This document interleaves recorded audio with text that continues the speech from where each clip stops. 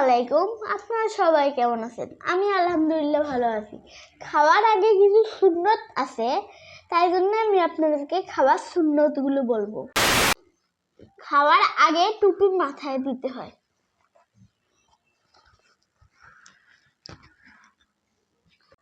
এরপর দস্তরখানা দিতে হয়।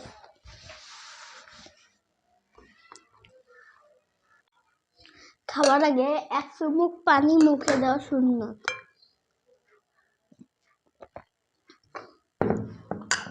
এখন আমরা যে দোয়াটি বলবো সেই দোয়াটি হলো বিসমিল্লাহি ওয়া আলা বারাকাতুল্লাহ। কোনো কারণে যদি আমরা খাওয়ার শুরুতে এই দোয়াটা ভুলে যাই, তাহলে খাওয়ার মাঝখানে আমরা এই দোয়াটা বলবো যে বিসমিল্লাহি আলাহু ওয়া আখিরা।